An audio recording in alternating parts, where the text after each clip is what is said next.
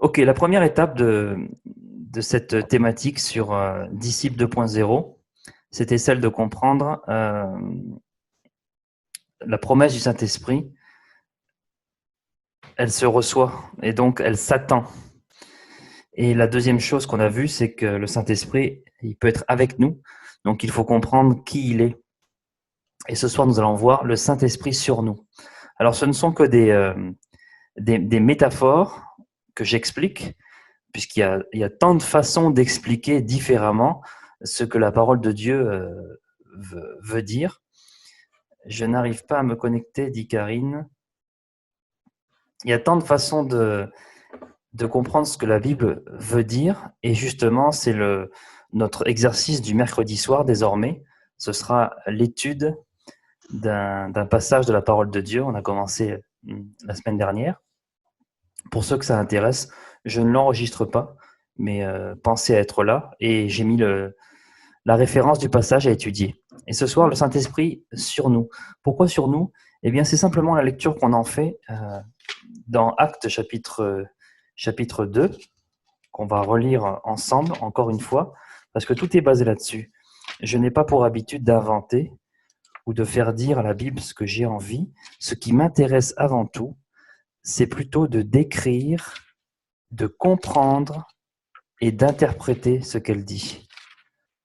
Actes chapitre 2, verset 1er, et je lis pour vous. Le jour de la Pentecôte, ils étaient tous ensemble dans le même lieu. Tout à coup, il vint du ciel comme un bruit, comme celui d'un vent impétueux, et il remplit toute la maison où ils étaient assis. Des langues semblables à des langues de feu leur apparurent, séparées les unes des autres, et se posèrent sur chacun d'eux. Et on va s'arrêter à ce verset 3 ce soir. Je ne sais pas si Karine a pu se connecter. Alors. Moi, je t'avoue, je comprends pas ce passage. C'est une bonne question. Alors ça tombe bien, on va regarder ça. Des langues semblables à des langues de feu leur apparurent, séparées les unes des autres. Ce qu'on a vu la semaine dernière. Diego, tu étais là la semaine dernière? Non, non, je suis désolé, j'ai aucune excuse, j'ai D'accord. oublié. Ok. Bon, alors peut-être qu'il faudra que tu réécoutes. C'est sur YouTube, hein, sur la D'accord. chaîne. Il y a le passage de la semaine dernière. Le Saint-Esprit qui est avec nous. Et la démarche de comprendre qui il est. C'est le Saint-Esprit qui choisit d'arriver. Alors, ça s'est manifesté comme un vent impétueux qui a rempli l'espace où ils étaient, pour signaler que le Saint-Esprit, il est avec nous. C'est une présence, plus qu'une chose, plus qu'une puissance, c'est une présence, c'est notamment la présence de quelqu'un avec son caractère, quelqu'un qui fait ce qu'il veut avec un plan divin, puisque le Saint-Esprit est Dieu, c'est la troisième personne du Saint-Esprit, et ça n'a pas d'ordre. C'est pas parce que c'est la troisième qu'il est le troisième après les autres. Non, c'est Dieu. C'est la troisième facette de Dieu qui fait qu'aujourd'hui l'Église vit. C'est grâce au Saint-Esprit. C'est pour ça que Jésus a dit, vous recevrez une puissance. Le Saint-Esprit survenant sur vous. Comprendre que le Saint-Esprit, il peut être avec nous. Parce que c'est une personne. Et ce que je voudrais voir ce soir, c'est que le Saint-Esprit, il peut être sur nous. Et c'est la notion de comprendre comment il agit. Des langues semblables à des langues de feu leur apparurent, séparées les unes des autres, et se posèrent sur chacun d'eux. Cette notion de se poser sur chacun d'eux. C'est surprenant de voir comment le Saint-Esprit décide de se manifester. Est-ce que quelqu'un peut aider éventuellement Karine, qui galère un petit peu? Et donc le Saint-Esprit qui se pose et il se manifeste comme il le sent. La puissance du ciel manifestée dans cette aide que Dieu nous donne. Et pour avoir vu de multiples façons d'agir du Saint-Esprit, notamment au niveau des cultures différentes, au niveau des pays, au niveau des façons de faire différentes, il faut comprendre qu'il se manifeste comme il le souhaite et se manifeste de la manière qui va pouvoir nous toucher, nous parler au mieux. Il s'adapte, puisque c'est une personne, il s'adapte entièrement à ce que nous faisons. Il s'adapte entièrement à ce que nous sommes. Il s'adapte entièrement à ce que nous pouvons ressentir et penser. Et pourquoi? Parce que c'est une personne. Il a un caractère comme vous et moi. Et c'est surprenant. Peut-être que les disciples pensaient être tranquilles, mais j'aimerais vous dire, tout comme eux, préparez-vous à être bousculés. Des langues de feu qui apparaissent et qui se posent sur chacun d'eux. Et comme on l'a dit ces 2 derniers lundis, il se trouve que les disciples non seulement s'étaient préparés à recevoir, mais ont vu sa présence dans le lieu où ils étaient. Et si le Saint-Esprit s'est posé sur chacun d'eux, c'est aussi simplement parce qu'ils s'étaient préparés à être revêtus du Saint-Esprit. Parce qu'ils ont commencé à comprendre d'une manière surnaturelle comment ils voulaient agir. Il y a des choses qui dépassent notre compréhension. Moi, j'ai vu des gens remplis du Saint-Esprit. Eh bien, si on ne fait pas attention, ça bouscule. C'est des gens qui sont remuants, etc. Mais pour ceux que ça dérange, vous ne pouvez pas mettre en boîte le Saint-Esprit. C'est le Dieu de l'univers qui arrive dans un corps. Souvenez-vous que nous sommes le temple du Saint-Esprit. Notre corps est le temple du Saint-Esprit. Vous ne pouvez pas faire rentrer dans un corps humain la présence de Dieu au complet, le Dieu de l'univers. Et ça, c'est quand même impressionnant. Alors, ça peut remuer. Ça peut aussi bouleverser notre quiétude. Est-ce que vous êtes de ces croyants, de ces chrétiens qui aiment que la vie soit toute douce, que ça commence le dimanche matin à 9h30, que ça finisse vers 11h30, et puis que vous puissiez rentrer chez vous et reprendre le cours de vos vies jusqu'au dimanche suivant? Je ne crois pas que c'est votre désir, sinon vous ne seriez pas là ce soir. Il y a peut-être un bon film à regarder, j'en ai aucune idée. Toujours est-il que pour passer au niveau supérieur, il faut être attentif à ce que Dieu veut et il faut s'attendre à ce que ça bouleverse notre quiétude, que ça bouleverse notre emploi du temps, que ça bouleverse notre façon de faire, que ça bouleverse notre façon d'être, que tout soit bouleversé en nous d'une manière que nous n'avons jamais connue avant. C'est ça être revêtu du Saint-Esprit. Je peux aimer voir l'action du Saint-Esprit là où je suis, dans mon église, dans mon groupe de prière, dans mon groupe de maison, mais non, moi, ça va me gêner, j'ai pas trop envie, ça va me bouleverser. Je préfère, j'ai ma petite tranquillité, j'ai mon petit culte, j'ai ma petite dîme à donner, j'ai mon petit témoignage à ma collègue, tout ça, on discute. Je veux surtout pas être bousculé. Attendez-vous à être bousculé. Si vous n'aimez pas ça, c'est que vous ne comprenez pas comment il agit et que vous ne pouvez pas, que vous n'êtes pas prêt à être revêtu du Saint-Esprit. Un autre point concernant la façon dont il agit, c'est qu'il éclaire nos vies. Remarquez qu'il n'est pas dit que c'était une espèce d'ombre, une nuée. C'est parler d'une langue de feu. Et le feu, il éclaire. Le feu, où que vous l'allumiez, il éclaire. Et pendant des siècles, ça a été utilisé comme source de lumière. Aujourd'hui, nous avons inventé en utilisant la science et les choses que Dieu a mises en place pour fabriquer notre propre lumière. Et nous nous éclairons à bien autre chose que la lumière du feu. Mais le Saint-Esprit est venu nous éclairer. Il est venu éclairer, et c'est la raison pour laquelle il ne faut pas attendre d'être parfait pour que le Saint-Esprit puisse venir sur nous. Simplement se rendre compte qu'il est venu éclairer les parties les plus sombres de nos existences, afin qu'il puisse continuer à agir en profondeur. Il y a des choses qui sont enfouies, mes amis, tout au fond de nos vies, des choses que nous avons mises de côté pour que personne n'y touche. On a même honte de les retrouver. On les a cachées bien au fond, on les a oubliées en pensant « ça c'est du passé » et c'est vrai, c'est du passé. Mais le Saint-Esprit va habiter notre être entier. Il ne peut pas juste dire il y a une pièce tout au fond là-bas, je ne vais pas y aller. Justement, si. Il veut éclairer toutes nos vies. Et pour ça, il faut qu'il se pose sur nous, pour que la lumière nous touche au plus près. Un autre élément encore, imagé par ces langues de feu, c'est qu'une lumière posée sur quelque chose en hauteur va éclairer plus loin. Si vous prenez une source de lumière que vous la mettez sous un lit, ça va éclairer sous le lit. Mais si vous mettez une source de lumière que vous la collez au plafond, Tiens, ça me rappelle quelque chose que l'homme a inventé ça. Eh bien, ça va éclairer toute la pièce. Et si vous prenez une source de lumière que vous mettez sur un grand bâtiment tout long en hauteur, eh bien, ça va éclairer au loin et ça va guider des gens.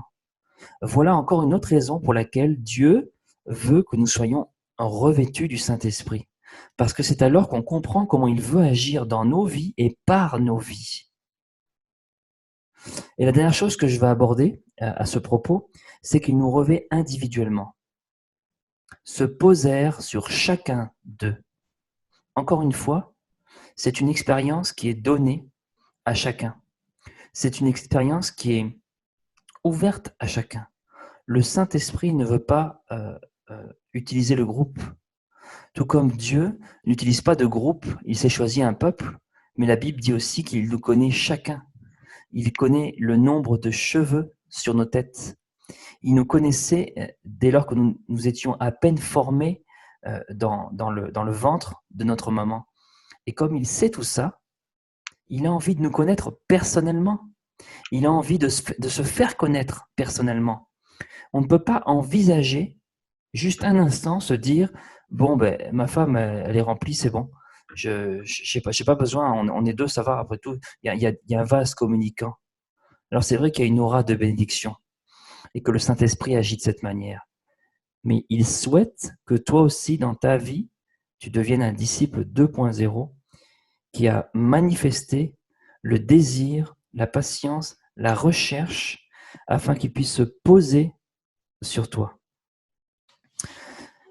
Dans toute mon existence, vous savez, je me dis combien Dieu est grand, parce que j'ai donné ma vie à Jésus lorsque j'étais en Nouvelle-Calédonie.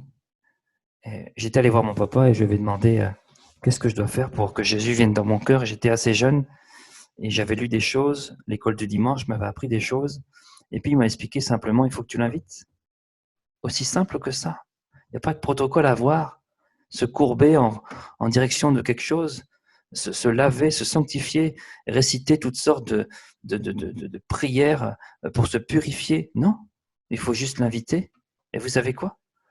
Quand on a envie d'inviter quelqu'un, eh bien, on se met au propre. Quand on a envie d'inviter quelqu'un à la maison, on nettoie sa maison. Quand on a envie d'inviter quelqu'un chez nous, on prépare la chambre. Quand on a envie d'inviter quelqu'un, on se met à table avec un bon repas préparé. Quand on a envie d'inviter quelqu'un, on fait le maximum pour l'honorer. Sinon, c'est pas une invitation. On dit souvent que il y a ceux qui sont invités et ceux qui sont évités. Et je crois que nous faisons partie de ceux qui sont invités par Dieu à être éclairés par le Saint-Esprit. Et je crois que nous devons faire partie de ceux qui doivent inviter le Saint-Esprit, être prêts à le recevoir. C'est une invitation. Et lorsque j'ai fait cette prière, rien n'a changé vraiment extraordinairement. J'ai pas vu des langues de feu qui se sont posées sur moi. Mais j'ai simplement senti que j'étais approuvé. Et le Seigneur est venu habiter en moi et ça a pris des années pour que je comprenne vraiment toutes ces choses. J'étais assez jeune et peut-être que c'était là aussi le privilège de comprendre, mais à des moments, je retombais. En tout cas, je faisais rien de bien méchant, mais je m'éloigne de lui. Je lisais pas ma Bible et puis j'étais jaloux, j'étais méchant et puis etc. Toutes sortes de choses. Et finalement, j'avais l'impression de le trahir. J'avais l'impression de ne pas respecter mon engagement. C'est moi qui l'avais invité. Et il ne faut pas être parfait, puisque lui, il vient justement, le Saint-Esprit, éclairer nos vies. Et je me suis converti lorsque j'étais en Nouvelle-Calédonie. Et il se trouve que j'ai pris mon baptême au Niger. Donc, même pas dans une autre église, une autre ville, c'est dans un autre continent. Sur un autre continent, j'ai pris mon baptême dans les eaux du fleuve. Ouais, c'est bon, merci. Hein. Dans les eaux du fleuve Niger. Et c'était incroyablement sale déjà, mais incroyablement incroyable, tout simplement. Amazing, comme disent les Américains, les Anglais.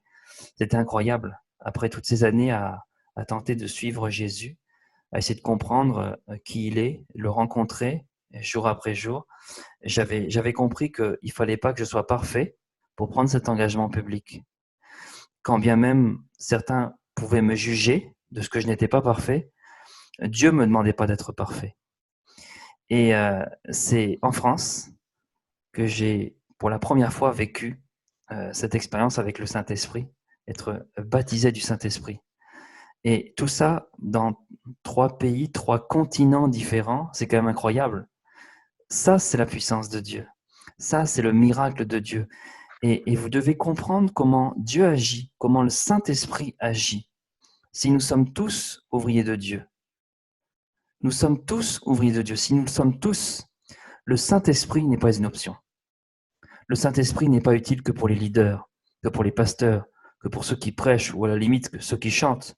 Mais moi, je balaye, moi, je m'occupe des enfants, j'ai pas besoin. Saint-Esprit, il est pas pour moi, il doit pas être pour moi, c'est que pour les élites. Pas du tout. Pas du tout, bien au contraire. Il faut que je sois revêtu, parce que c'est seulement là que je vais comprendre comment il agit. Avoir rencontré quelqu'un, je peux être dans la même pièce que quelqu'un, entendre parler de quelqu'un, je peux voir comment il agit, mais je ne pourrai véritablement comprendre ce qu'il est et comment il est que lorsqu'on le rencontrant vraiment, que lorsqu'en étant sous ses ailes, sous ses bras d'amour, que je puisse discuter avec lui, parler avec lui. C'est seulement là que je pourrai comprendre comment il agit et comment il veut agir.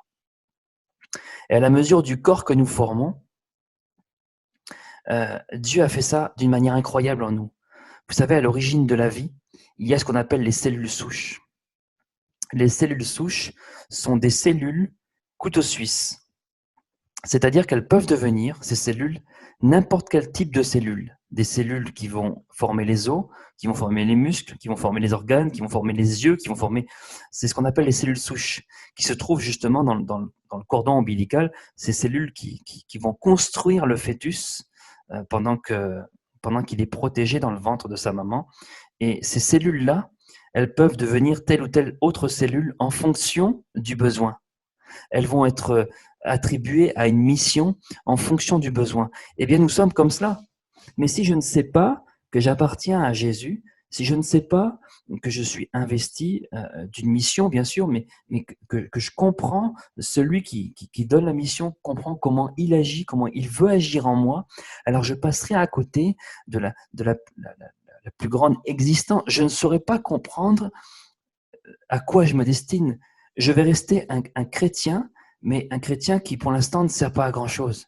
Un chrétien né de nouveau, un chrétien qui aime Dieu, certes, mais un chrétien qui est comme cette cellule souche, à qui on n'a pas encore donné une raison d'être. Et on a donné pour la première fois aux disciples leur raison d'être lorsque Jésus leur a dit « Restez à Jérusalem, vous recevrez une puissance et vous serez mes témoins ». Ils n'avaient pas de raison d'exister. Et si ce soir tu cherches encore ta raison d'exister au travers un service, au travers une mission, au travers simplement d'un mandat que tu aurais, une vision pour ta vie, la priorité, mon ami, c'est de comprendre comment le Saint-Esprit veut agir et de te préparer afin qu'il puisse te revêtir de son onction, te revêtir de quelque chose de nouveau. Et là, tu deviendras une nouvelle personne. Tu auras une vision qui va se dessiner devant toi. Et tu sauras, comme à l'image d'une cellule souche, tu vas pouvoir être destiné à quelque chose, servir au Père.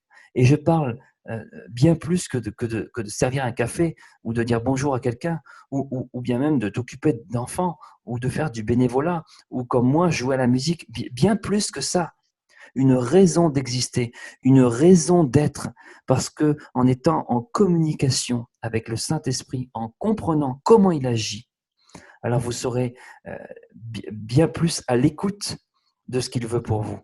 Nous formons ce corps.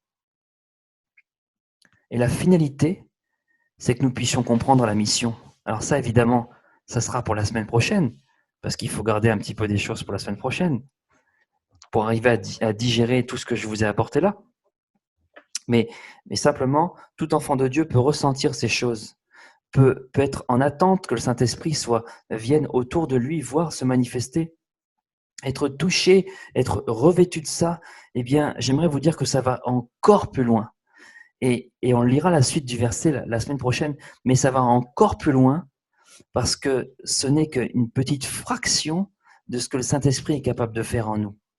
Et j'aimerais faire une petite parenthèse par rapport à ce que nous vivons. Nous n'avons pas à vouloir profiter de la vie que nous avons ici-bas. Notre mission n'est pas de profiter de cette vie. Notre mission est de témoigner au plus grand nombre, afin que le plus grand nombre soit sauvé. Mais bien souvent, nous sommes aveuglés par ce qui se passe autour de nous. Et nous avons envie de, bien sûr, profiter. Nous avons, bien sûr, envie de vivre une belle vie de confort, notamment parce que le voisin a du confort, alors moi j'en veux aussi, et ce n'est pas mauvais. Mais sachez que toutes ces choses ont été prévues par-dessus tout. Si Dieu n'avait pas voulu un seul instant que nous admirions la gloire de sa création, eh bien, il ne nous aurait pas fait des yeux comme ça, capables de voir de si nombreuses couleurs. Il n'aurait pas fait une peau si sensible au soleil comme ces derniers jours qui vient frapper notre corps et le caresser avec une chaleur douce. Il n'aurait pas fait ces oreilles capables d'entendre ce chant des oiseaux. Dieu a fait des choses incroyables, mes amis. Et s'il les a faites comme ça, c'est parce qu'il voulait qu'on en profite. Mais ce n'est absolument pas notre priorité. La preuve, qui aurait cru qu'aujourd'hui, qui aurait cru que samedi, par une si belle journée, vous soyez chez vous en train de vous dire quel beau soleil. Si ce confinement n'avait pas été proclamé par les autorités de notre pays, vous ne seriez certainement pas chez vous à ce moment-là. Certainement en train de courir après un papier ou en train de finir quelque chose absolument pris par le temps parce que la semaine est trop difficile à vivre entre le chaos des enfants, du travail, de l'église et tout ça. Vous n'auriez pas pu profiter de ces instants. Voyez comment Dieu décide de ce qu'il faut faire et à quel moment il faut le faire.